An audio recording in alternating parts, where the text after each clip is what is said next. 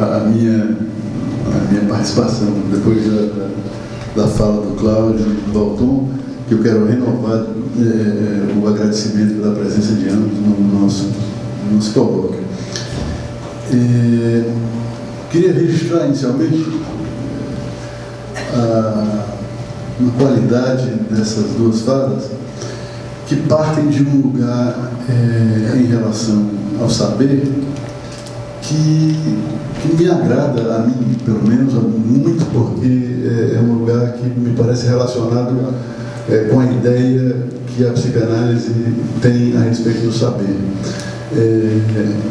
que não é o conhecimento, é um saber. Quando o Cláudio começa dizendo que não sabe muita coisa, mas desconfia de um bocado, é uma noção de saber, de certo modo, distante da ciência e do discurso universitário.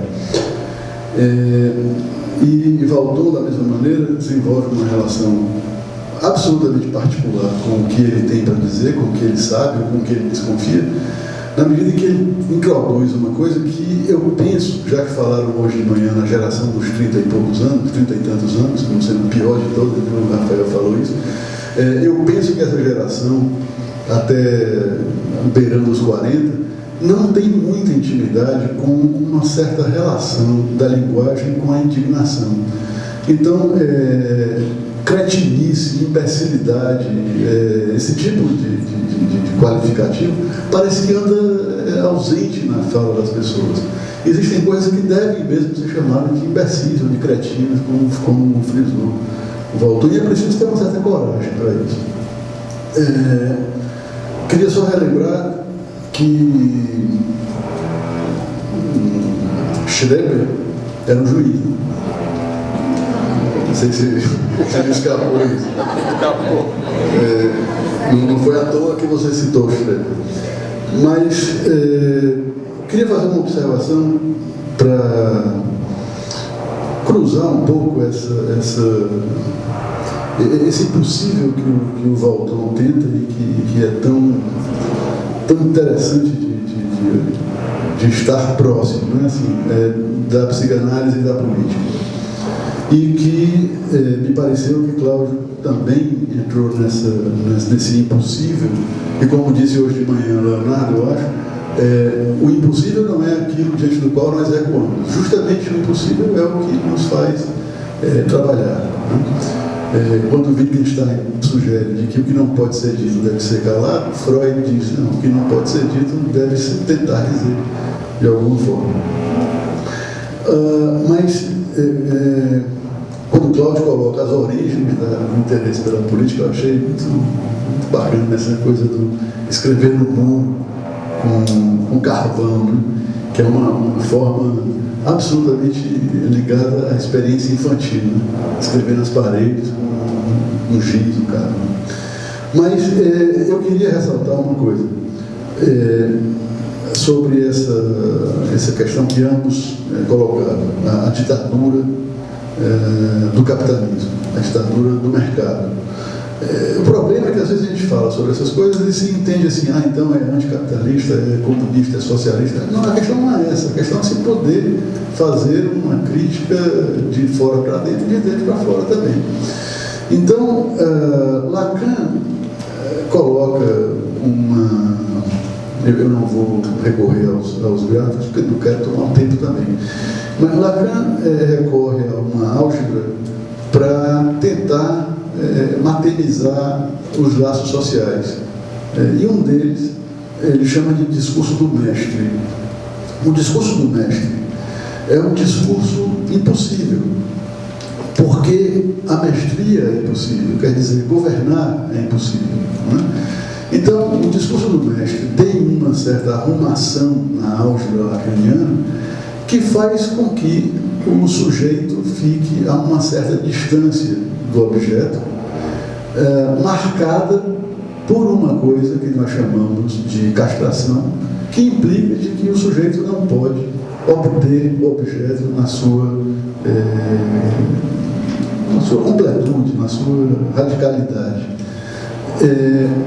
Enquanto que, tentando articular um outro laço social, que é o laço social proposto na contemporaneidade pelo capitalismo, e que ele vai chamar de laço social capitalista ou discurso do capitalismo, esse se inscreve não como um discurso da impossibilidade ou de uma impotência, como o discurso do mestre. O discurso do capitalista é formalizado e matemizado por Lacan como um discurso onde tudo é possível.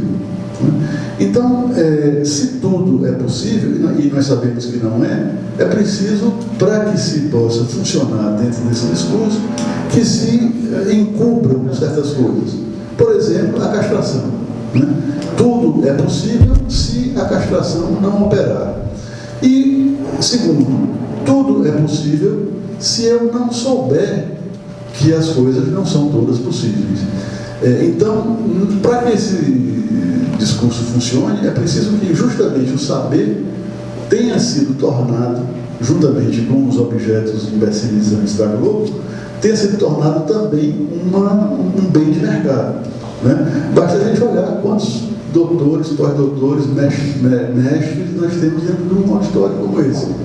E cada um sabe quanto custou, em vários termos, esse saber. De qualquer modo, talvez para ilustrar uma das preocupações que se comentou hoje aqui, que se vai comentar, eu acho que mais ainda na próxima mesa talvez, que é a questão da violência, que Cláudio apontou para ela, apontou também, é de que se tudo é possível, a violência também é possível. Pode ser através de um ato perverso, pode ser através de um ato psicótico, paranoico, pode ter relação com o outro, pode não ter, como no caso do psicótico, mas é possível. Então, é possível violentar a presidente com bomba de gasolina, como tem um adesivo que bota a Dilma de perna aberta no tanque de gasolina do carro. É possível, para o pastor Feliciano, estuprar uma moça de, não sei se é 12 ou se é 16 anos, um negócio assim. É possível violentar a Constituição, é possível dizer que uma prova ilegal é boa, se for. Então, o discurso do capitalista é o que torna essa. Quer dizer, o discurso do capitalista não, o laço social contemporâneo, matemizado por Lacan como discurso do capitalista, o funcionamento dele, onde tudo é possível, todos os movimentos do sujeito em relação ao objeto e vice-versa, em relação ao outro e vice-versa, em relação ao saber e vice-versa, não há nenhuma impossibilidade no discurso do capitalista. A única esperança, eu vou me juntar à nossa Poliana Moça aqui nessa esperança. Pois é, a única esperança, se é que se pode chamar assim, é que Lacan aponta um dado interessante que fica para a mesa pensar. É de que esse laço social funciona tão bem, tão azeitado, o funcionamento dele é tão rápido, tanto que ele acaba por se desgastar ele próprio. Como se fosse corroer as polias, as engrenagens, mas que ele funciona. Então, eu deixo o microfone aí para o Gil e para a plateia. Já que eu tenho o prazer de estar, desculpa a brincadeira, de estar do lado do Tiresias, que tem 7 anos de políticos e 7 anos de psicanálise, eu queria perguntar para ele, já que ele falou do Keynes, eu tenho uma dúvida, será que é ele que falou também do homem providencial? O homem providencial. Do Kant? No Keynes. Do Keynes, né? Sim. Então, eu talvez vou tentar depois retomar essa questão do homem providencial, porque a questão da esperança e da utopia é muito ligada com a espera do homem providencial.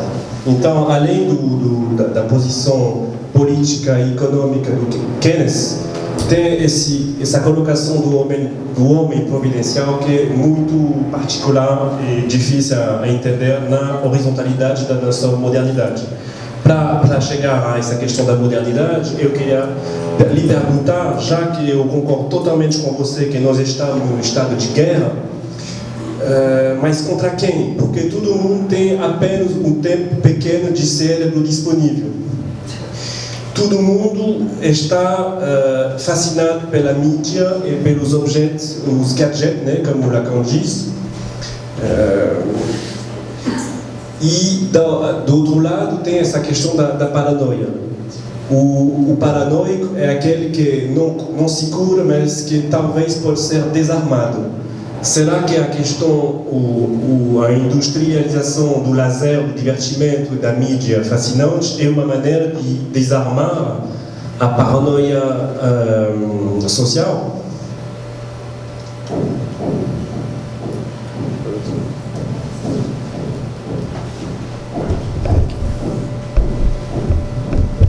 Eu creio que as duas colocações do Gilles são muito oportunas. A primeira, eu não conhecia essa faceta do Keynes, do homem providencial, mas eu creio que isso vai no rumo da utopia, né? Quer dizer, porque o Keynes faz uma conciliação, né? Ele faz uma conciliação entre o mercado do lucro e as possibilidades sociais de levar esse mercado até o conjunto da população. Uma linguagem bem simples, né? E, naturalmente, aí teria que ter alguma tintura de utopia, né? Mas eu acho que, em termos de utopia, ele deveria ser mais cervantino. Ele poderia ter lido, não sei se ele leu, Dom Quixote. Dom Quixote é o extraordinário utopista. Um utopista que, na sua desrazão, mostra o tamanho da sua razão. Eu acho que ele poderia, aí que eu creio que nós precisamos, na paranoia, inclusive na nossa, né, colocar essa tintura de utopia. Quer dizer, essa ideia de que é preciso pensar em termos utópicos. E o segundo ponto que você colocou foi o estado de guerra, foi? Sim. O estado de guerra e a questão Contra quem? Contra quem? Contra quem? Né? Eu creio que a mídia tem a notável capacidade de fazer essa neutralização. Certamente tem. A mídia funciona, assim, bem grosseiramente, como no mito da caverna de Platão. Ela está sempre produzindo imagens, essa tirania da imagem despótica que se impõe a nós. E ela desarma o elemento, vamos dizer assim, catalisador do que seria um traço de mobilização dos indivíduos na sua compreensão da política como instrumento de transformação. Eu acho que nesse sentido aí, eu creio que você tem toda a razão. Há uma capacidade notável do sistema midiático. A gente podia até avançar e dizer mais que a mídia faz aquilo que o Francis Bacon colocou, né? Os ídolos da caverna, do fórum, do teatro. Qual é o outro? Natureza. Natureza. Natureza. Quer dizer, parece que o ídolo do fórum é o mais complicado, né? É o mais difícil de ser resolvido. Eu acho que a mídia trabalha com todos esses elementos combinados e acaba nos colocando nessa perspectiva totalmente alienada, né? Esse discurso despótico, alienante do sistema comunicacional. talvez a mídia europeia não seja, Gilles, tão obscena quanto a nossa. Talvez. Né? Talvez ela não seja tão obscena e suja e hipócrita como a nossa. Porque ela é mais hipocrita. É mais hipócrita, né? É o seguinte, na verdade, o papel do Keynes foi muito importante na Grande Depressão, né? Ele salvou o capitalismo de uma grande crise, né? Exatamente, o New Deal foi baseado dentro da visão de Keynes, né? A visão da demanda, de criar demanda efetiva para a economia voltar de novo a funcionar. Cava um buraco e depois tanto esse buraco aí. O importante é gerar renda para que a economia voltasse a funcionar. Mas a contribuição teórica dele foi extremamente importante. Hoje a gente sempre está ouvindo falar de PIB, né, para aqui, para lá, né? Ele, na verdade, foi o criador da macroeconomia, quer dizer, a visão da economia, né, no seu conjunto, né, por meio dos grandes agregados. Inclusive, o PIB é um grande agregado econômico. E como trabalhar esses agregados, né? Então, ele, na verdade, além de, com as ideias dele, né, de fazer a economia voltar a funcionar, porque as ideias anteriores, o pensamento anterior, neoclássico, é de que o mercado resolveria o problema, e o mercado não resolveu, né? O autogerenciamento, né, não deu certo, né? E a economia entrou violentamente em crise. Então, porque não é assim. O Estado tem que intervir, né? O mercado não resolve, e essa intervenção se dá por meio de criar, né, a renda, né, para que a economia então funcione. E também ele deu essas condições para depois você passar a acompanhar, né, os processos econômicos, porque não havia ainda, vamos dizer, essa condição de acompanhamento da conjuntura econômica, né, e do próprio desenvolvimento da economia, por meio desses agregados, por meio da contabilidade nacional, que ela é toda apoiada no desenvolvimento teórico do Keynes. Então, essa foi, de fato, uma grande contribuição, né, dele, né, para o próprio capitalismo. Está esse maldito microfone. Bom, eu sou mais o Adam Smith. É mais sincero, sabe? É mais sincero. Adam Smith dizia assim: não espere do cervejeiro, do padeiro, do açougueiro que ele lhe dê nada, porque é próprio da mentalidade capitalista não dar nada a ninguém. E, pelo contrário, é tirar tudo e tudo o quanto puder. Quer dizer, então, eu acho que o Adam Smith era mais sincero nesse sentido. Ou seja, e aí ele compensava de uma maneira muito, com essa pérola que até hoje alguns economistas repetem: depois, uma mão invisível distribuirá o dinheiro acumulado. Maravilhoso, né? Fazer só alguns comentários. Eu, infelizmente, perdi a fala do Cláudio, cheguei no fim, mas vou fazer alguns comentários que suscitaram as falas, né, que eu escutei de vocês, Valton, Marlon, e as questões. Que, muito especialmente, acerca do que o Valton comentou sobre o estado de exceção, a guerra e etc. Eu queria lembrar, e o Schroeder também, né? Queria lembrar que o Lacan definia a ciência como uma paranoia bem-sucedida, não é? E ele dedica à ciência também, a instalação do discurso científico, a produção da segregação na nossa sociedade. Eu comentava um pouco isso na minha fala, né? Então, existe um autor que eu tenho lido atualmente, que é o Agamben, não sei se todos já trabalharam com ele, que ele faz uma proposta muito curiosa de que, por exemplo, hoje nós vivemos numa lógica política que não é mais a lógica da polis, não é? Mas é a lógica do campo de concentração. Não é? Isso para a sociedade.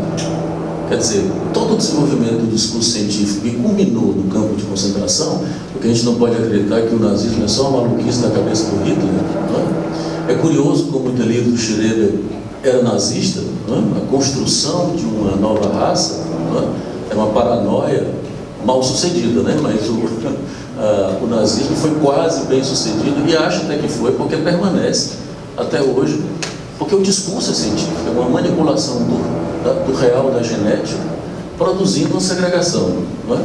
O fato é que isso não é mais só unicamente aplicado para os judeus, não é? A biopolítica se estende, e isso tem um efeito para o sujeito e para a psicanálise, inclusive, que é extremamente devastador, não é? De maneira que nós somos tratados hoje como populações, como eu dizia hoje pela manhã, e a lógica que impera do Estado, que é um estado de exceção, nos reúne em populações, não é?